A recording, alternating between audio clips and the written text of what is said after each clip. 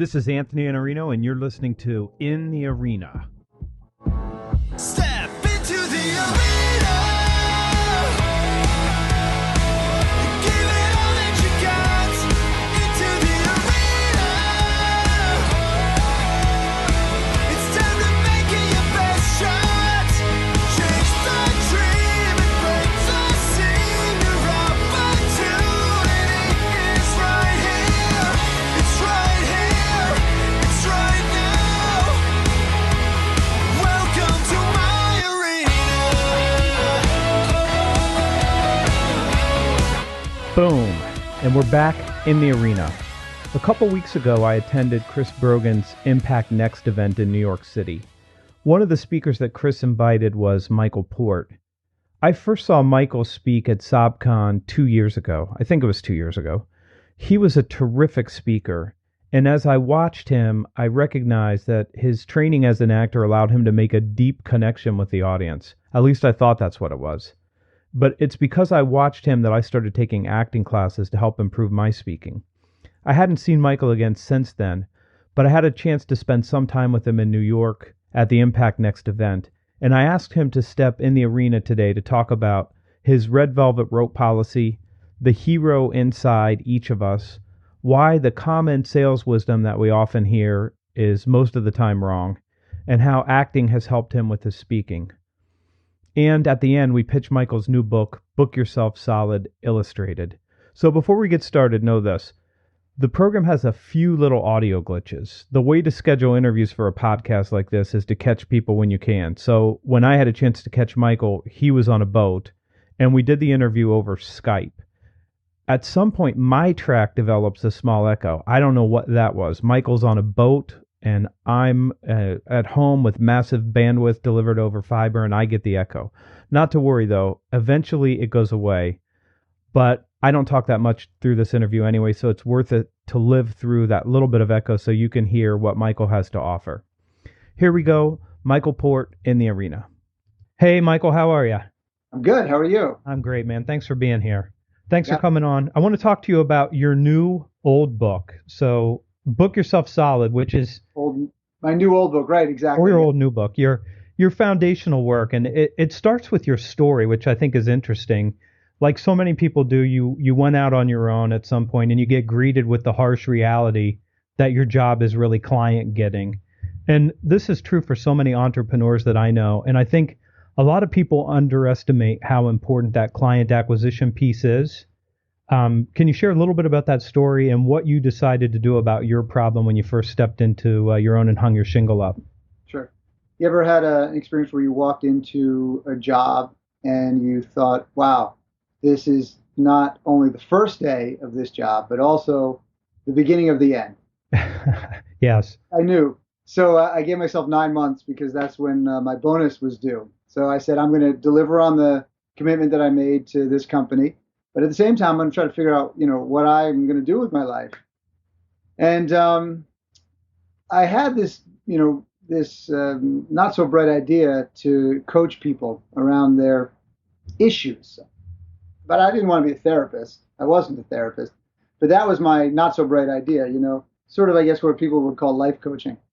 Because I knew I had this ability naturally to connect with people and to see opportunities for them. I was always inclined to help people think bigger about who they are and what they are for the world. But when I quit, I very quickly realized that people don't buy that unless you're famous. I mean, if you're Tony Robbins, that's easy to sell, right?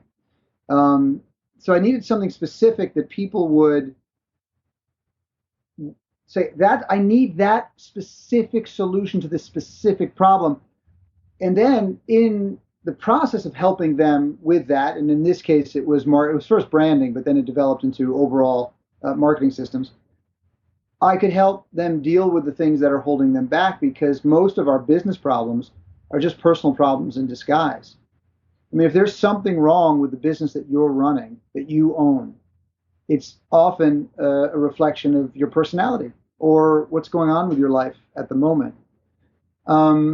So I realized that, but I also realized at the same time that I couldn't do this unless I couldn't teach people this unless I was able to actually do it myself. I mean, I can't teach people how to get booked solid unless, I'm booked solid, right? So I had to figure out some way of producing these kind of results. And I suppose I was a natural storyteller, but I didn't really like the way that a lot of the educators were teaching marketing. It didn't feel comfortable for me. In my early years, I was an artist, and to me, creating art is about full self-expression for the artist and creating an experience for the consumer of that art. And when I thought about it, I thought, well, that's really what marketing is. Marketing is about, for the individual at least, someone who's building a brand based on their identity. Sorry, let me turn that on. Based on their identity, they need to be fully self-expressed. They need to show up in the world in such a way that people that they're meant to serve go, that person is for me. That person is probably put on this earth to help me. That's why they're here. I want to work with them. And if you're not fully self-expressed, people won't see that. At the same time, the people you're not meant to serve will go, whoa, that person is not for me. I am going to go away, and that's good. And so you want that. Now, it takes a lot of courage to show up in the world that way. For some people, it's very comfortable. It's very easy to do that, and others, not so much. But if you're in that camp where, maybe that's not the most natural way of being for you, there's great opportunity there. And it's a really wonderful feeling to always be able to stand for, first of all, stand for something. Share what you stand for and be comfortable, in that spot. And so I started to, I read everything, man. Looking at your bookshelves, and I probably read every book that I could possibly find on marketing and selling. And there are certain authors I connected to and others that I didn't. But I tried to make sense of all this information that was out there. And I'm very dyslexic. So, spelling is not something that I have any relationship with whatsoever.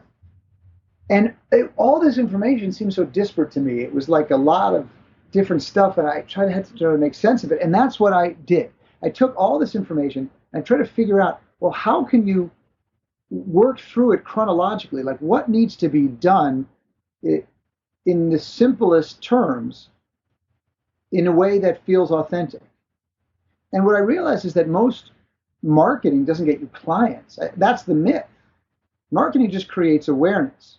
So what you do with that awareness, once somebody tells you, I'm going to pay some attention to you, what you do from that point forward is what books the business. And so when I developed the Book Yourself Solid system, I took the 6 core self-promotion strategies and I put them at the end of the book. And now this is before I made a book. I was developing this for years before I turned it into a book. But I put it at the end of the process because I figured if you focus on those things first, you're just going to go out in the world and start, willy-nilly throwing those kind of strategies all over the place. But you might not have a foundation built for the business. You might not know how to build trust and credibility. You might not know how to price your offers. You might not know yet how to have simple sales conversations. So, if you don't know who your ideal client is, if you don't know really why people would buy what you're selling, if you don't have a personal brand identity, if you don't feel comfortable talking about what you do without sounding confusing or bland or like everybody else, and without using, some hyped up elevator speech, if you don't feel like you can demonstrate that you're a category authority, an expert in your field, if your likability isn't really high, if you don't have a sales cycle process that people can move through so you can make sales offers that are proportionate to the amount of trust that you've earned over time, if you don't know how to create information products that will increase the speed of that sales cycle so that you can demonstrate credibility a lot sooner, maybe even turn those things into revenue generating products at some point in the business. If you don't know how to keep in touch with people in a way that is consistent, authentic, meaningful, so that you can move that sales process forward as fast as possible. Again, if you don't know how to price your offers or have sales conversations, what is doing the marketing going to do for you? You're going to do poor work even faster. You'll bring more attention and do it even faster. A couple of things you said there struck me. So this is a system This isn't like a guy who works for a consulting firm and sat down and wrote a book so that they can sell the book and bring consulting work. This was born out of necessity. This is what you had to do This was 5 years of research and just in the trenches, grunting it out work. after you leave your job, and now you have to do this to eat. I mean, I was living in New York City. I had a $3,500 rent every month. That's cheap for New York City, right? I blew through my savings, and this had to be done. I mean, this was like it was either this or try to go back and get a job, and that was not even remotely part of my future. This is one of my favorite parts about doing this show, because there's so many people out there, and we've got this idea of mindset and skill set and all these things that allow people to be successful. So you're dyslexic, you can't spell, Yeah. you got 4 books, 5 now. 5 New York Times bestseller. Yeah. Okay, so it's a hustle game, and so this is necessity. And you said to hustle to make this work, I got to go and do this work, and that's what the Book Yourself Solid system is built on. Yeah. Let me touch on 3 areas there. Someone's not willing, and so hustle is one of those words that sometimes people have a negative association with. Like, hey, you're a hustler, right? To me, hustle was like the kid who worked the hardest on the basketball court. Right. He doesn't have the most talent, but he works the hardest, and as a result, he plays all the time, and everybody trusts him, everybody relies on him, coach loves him. And he gets to have a lot of fun playing at the same time. That's the kind of hustle you're talking Yeah, about. it's unwillingness to be outworked. Yeah, right. Yeah, that's what it is. Let me touch on 3 areas in there in the book. Good. So I'm so big on the first idea in the book. You call it the red velvet rope policy. I call it dream clients. But describe the red velvet rope policy to me, because so many people struggle with this idea, because if you're hungry, everything looks like a meal. And if you're out trying to get business, everybody who will talk to you looks like a client, right? But that's not true for you. No, not at all. I really think there are people that you're meant to serve. And this red velvet rope policy is a filtration system. So you only let in the people with whom you do your best work. And these are people that inspire you and they energize you. But think about what happens when you're doing your best work. 2 things, really. Number 1, people are out there talking about your best work. And number 2, you love every minute of the work you do. And if you love every minute of the work you do, you want to do more of it. And if you want to do more of it, then you are often compelled to do more marketing. And for people who don't typically love marketing and selling, it's often a way to fall in love with it. Because you're enjoying what you're doing so much, you feel fully self-expressed, that you're comfortable going out in the world and saying, look, the best thing for you would be me. Because the people that you're talking to are your ideal clients. That statement is true for them. And think about how it changes the nature of the sales conversation. If you're in a sales conversation with somebody who actually is an ideal client, and you say, you're my ideal client, and they say, what do you mean? Because that's not something they hear often, right? You say, well, you're somebody with whom I do my best work. And they go, why? You say, well, I've noticed that you are someone who seems to follow through on what you say you're going to do. You're very collaborative in the way that you work. You have a very abundant way of looking at the world. You have et cetera, et cetera. Now, these things have to be true about this person, right? And what happens is with each statement, with each description of who they are, they sit up taller and taller and taller, and they feel better and better and better about themselves. And they say, wow, I can't believe in such a short period of time you've noticed this. Now, you've noticed this because you're looking for it.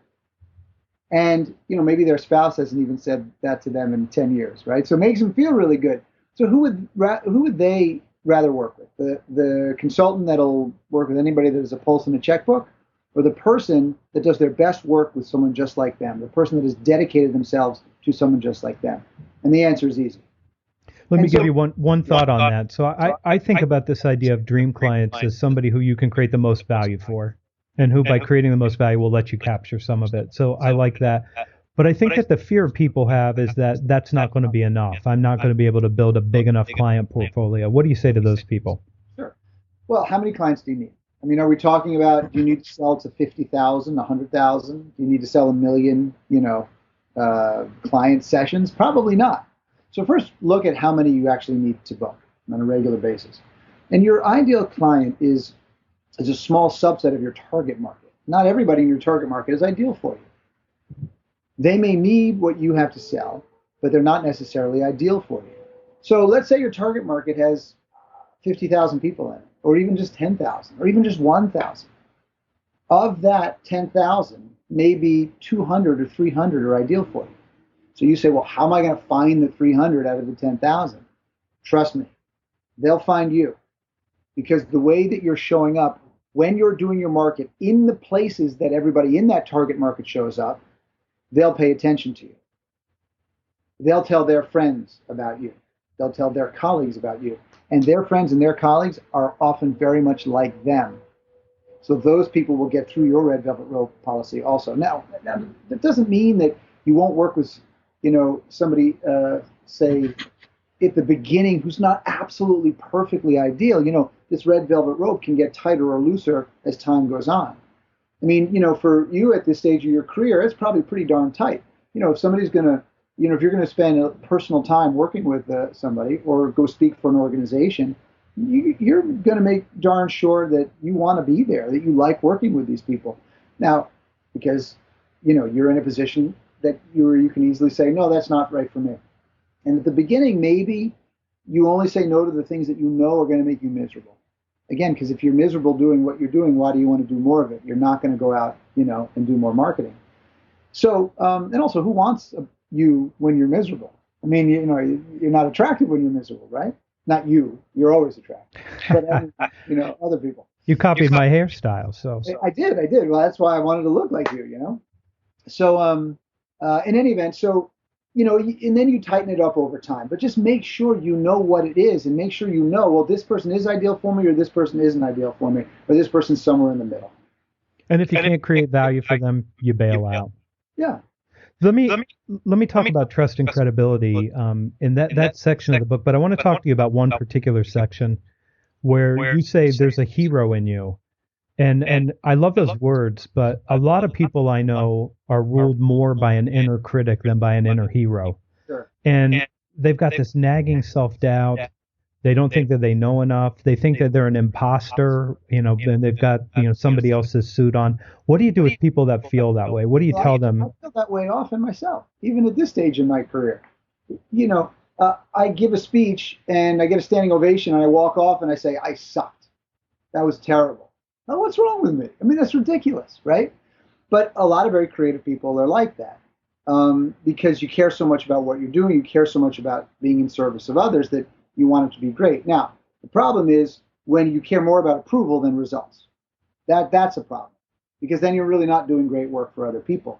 But to me, this idea of the hero that's inside all of us is just the desire to serve. That's what the hero does. I'm not, doesn't mean that, I'm not talking about rescuing somebody from a burning building. I'm talking about being in service. And when you help others, you feel good.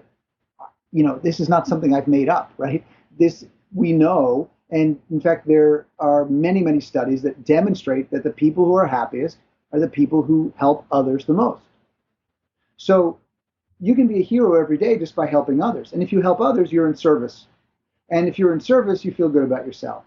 And when you feel good about yourself, then you feel like a hero. So some of those nagging thoughts of self-doubt, etc., they may not float away completely, right? But they'll get, pushed down under the surface so that they're not bubbling up all the time. I love that section of the book. It's interesting. You guys can't see Michael because this is a podcast, but I can see him, and he's on a boat. And I think of people, I think some of our clients are drowning, and I do think they may not be in a burning building and we don't have to put our life at risk, but I do think they really need help. And I think these people that are suffering from the inner critic don't recognize how much value they can really create and how many people are really waiting for them to step up and help them. Sure.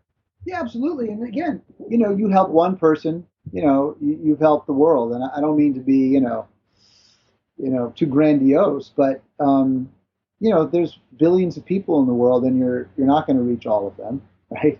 And that the idea of that is crazy. And really our job is just to be in service of our community. That doesn't mean a ton of people necessarily. Let me switch gears, and I'm going to switch books too, because I think that the seed of the contrarian effect is found in Book Yourself Solid, that beginning piece of that, which is do the opposite of what you've been told in sales. Can you share just a little bit, maybe two things here? One, how did these sales tactics that we've been taught for 100 and some plus years come into being? And then tell me a little bit about what do you replace those tactics with? Sure. So there was it was an American or international or national cash register corporation. They sold typewriters, things like that, and they were very good at sales. They created this sales guide, and it was all about closing sales, assuming sales, and it was in the early 1800s when these sort of concepts came into the marketplace. People were doing them before, I'm sure, but they really, they put a stamp on them. And it turned out that the person who created them, the founder of this company, was a crook and was, swindling people out of their money and sent to jail. But what stayed with us are a lot of these tactics, a lot of these sales tactics. And it's just interesting that we continue to use the tactics that were created by a criminal, right? Which, was why most people run away from salespeople, because, you feel like this person's going to try to, just lift my wallet right out of its pocket. And so certainly, the idea of asking for the business is essential, right? The idea of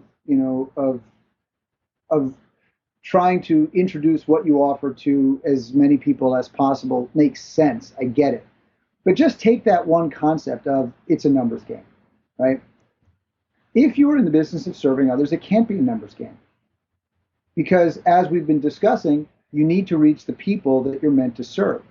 And I hope it doesn't sound redundant to keep talking about that, but it is such an underpinning of what the most successful professional service providers do, that it's important that we all recognize how significant following that way of being or that philosophy or that principle is. And so I don't look at numbers game. I don't care how many followers on Twitter I have or how many Facebook likes I get, because, that's 99% of the time just about trying to get approval. But also because if I have, 400,000, most of them are not paying attention anyway. I'm trying to focus on a smaller group of people that are more connected to me, to the work I do, to each other. And hence, you're really developing a community. So I move away from this idea of it's a numbers game, and I get much more focused on people that I really think are right. And I work harder to move them through the sales cycle than, sort of a shotgun approach. And so when you're looking at the way everybody does something, you just look at, well, is there a way I could do it, differently? Is the opposite way actually just as effective? Is it effective to, in an industry that prices everything at, $9.99, $1.99, $7.99? Is it effective to put your prices at zeros? Maybe, and to make a big deal about it. Say, look, it's a dollar. Everybody's just trying to get you to think it's cheaper because it's a 9. And you're supposed to respond in 9s. I'm not going to do that bullshit. It's $1,000, right? That kind of contrarian approach often connects with the people you're meant to serve. And I'm not suggesting that you have to go out and put zeros instead of 9s. I'll put 9s on things myself too. Just as an example, you can look at the things that people typically do, and you can take a contrarian approach, and people will pay attention to you, and the people that are paying attention to you are the people that you're meant to serve. I think a lot of these old tactics have hung around too long. I do think that the game has changed tremendously, and it's not so much about numbers as it is value creation, and I hear that in what you say and in the book. I'm going to shift gears one more time. Last question, self-serving question too. So I've seen you speak twice now. The first time at SobCon in Chicago, which I think is coming up in May. And after seeing you speak, I immediately signed up for acting classes because you got such great chops as a speaker. I said, I want to capture some of that. And I could be wrong, but I felt like some of your ability there to connect emotionally was based on your ability to get yourself into that state. So 2 questions. If somebody wants to improve as a presenter or a speaker, what would you recommend for that person? Whether it's somebody who speaks professionally like you or I do, or somebody who just has to give a sales presentation. And then do you have any rituals, or have you ever thought about how you get yourself into the state that I've seen you in twice now? Yeah, sure. Okay, so absolutely. My background, which I didn't mention earlier, but my background as an actor is a significant influencer of how I give speeches now. And you know, I had real classical training, so it's sort of it lives in me now. I don't have to think much about it. It's just there. But not all actors are going to be great public speakers. You know, some actors are going to be very quiet and reserved when you ask them to present as themselves. I mean, Robert De Niro is a great example. But if you put them into give them a character, then they can play that character. Um, for me, it's different. I can play myself fully self-expressed on a stage. And that's important because I'm not putting on an act, but I am playing a role, and all speakers play a role. All authors play a role. Everybody plays a role. A mother plays a role. A father plays a role. And you're still the same person, but you're essentially putting on different hats in different environments. So right now we're just having a conversation. It's mellow. I'm not running around. I'm not trying to get everybody all crazy pumped up. Um, but if I'm going to go on the stage, my role will be slightly different. So I think that's Let me pause right there for a second, though. Do you think, though, because you said fully self-expressed, and to me that means vulnerable. And yeah. did you get that from acting? Is that what that is? Is that ability, that willingness to just be vulnerable? It helps. I mean, I think some of it is natural for me. Okay. I think that a lot of, just like a lot of actors, they're good because it's just innate for them, right? It's natural. But all of the training helps harness it and really amplify it, expand it. So I think one of the greatest things that any speaker can do is take acting classes, even if you're not going to be a professional speaker. Because, for example, one of the things that you'll have to get comfortable with is standing in one spot on a stage saying nothing with people looking at you. I mean, that often can be very confronting. And, through that process, you will get more and more comfortable with that discomfort. And that's just one particular example. But you also learn, you learn how to connect. You learn the fourth wall concept. When you're on a stage, the fourth wall is the audience, and in acting, you're not talking to the fourth wall. That's the big difference between acting and speaking. But you learn how to relate to that fourth wall, and once you can relate to that fourth wall uh, as an actor, you can then open up and relate to that fourth wall as an individual. And It's so funny you describe it that way because as an actor on the stage, I always want to face the audience because I'm a speaker, not an actor. So I just want to turn to talk straight to them. Yeah, yeah. But I think you're right about, working on the acting. It's a different medium, of course, but you'll need to work on being more emotionally available. And the best speakers are very emotionally available. They take a lot of risks. And an actor's job is to take risks. That's what the actor does. The actor's job is to take risks in service of the role that they're playing, and to break the rules. And some of the best speakers are the ones who will take risks and break the rules. And so I think there's that. But then in terms of preparing, so I think my approach may be a little bit different. If I prepare and start a speech the same way every time, I don't get into the groove. But if I go onto that stage, and now of course I always know where I'm going, right? I mean, I know what the structure is, I know what my curriculum is, I know what I'm going to be teaching, but I go onto the stage totally with a blank slate. And as soon as I step on the stage and I look at the audience, that's when I start. And there might be a million different things I'll say at that moment, but what it does for me is it allows me to be very relaxed when I start, and it also allows me to connect with the audience about something that is real and not pre-planned. And they often feel very comfortable, like, wow, this guy's really comfortable just connecting with us. He's not going to come up here with some speech. And that's different. I don't look at what I'm doing as giving a speech. I'm giving a performance, but I'm primarily through that performance trying to create an experience for the people in the audience so they feel something as well as learn something. That's more acting, though, in my mind, in some way, that it's sort of the listening, reacting principle that you show up and you've sort of taken in what's around you, Yeah. and you start off even by just responding. Yeah. Well, look, the audience is a character in the play. So you're trying to have a relationship with them. And so the fourth wall gets broken down completely. And, even though they may not be talking back, although I like to get them talking back. Me too. You too, yeah. If you're at 5,000, maybe it's a little different, right? But even though you're doing the majority of talking, you still have to see it as a conversation between them, and you're passing this energy back and forth and these ideas back and forth. So you're talking with them rather than giving them a speech, even if they say nothing, even if it is a monologue from you. Just like when you do a monologue as an actor, I mean, if you take a monologue class, it's phenomenal. You do a monologue as an actor, you're doing it out to the audience, right? Like a soliloquy, like, to be or not to be. This is a soliloquy that is played for the audience. You're not talking to anybody else, but you're essentially having this conversation with the audience, but they're just supposed to be watching, not actually in the room with you. The same concept to me. Except the audience is in the room with you. That's awesome. Thank you for that. Let me wrap up with two things. First, let's pitch the book. Sure. Book Yourself Solid, the new old book, or the old. So Book Yourself Solid Illustrated. Illustrated, okay. Honestly, it's the coolest book I've ever done, bar none. I hooked up with a woman named Jocelyn Wallace, who's a visual strategist and an extraordinary artist, and we cut 2/3 of the text, and she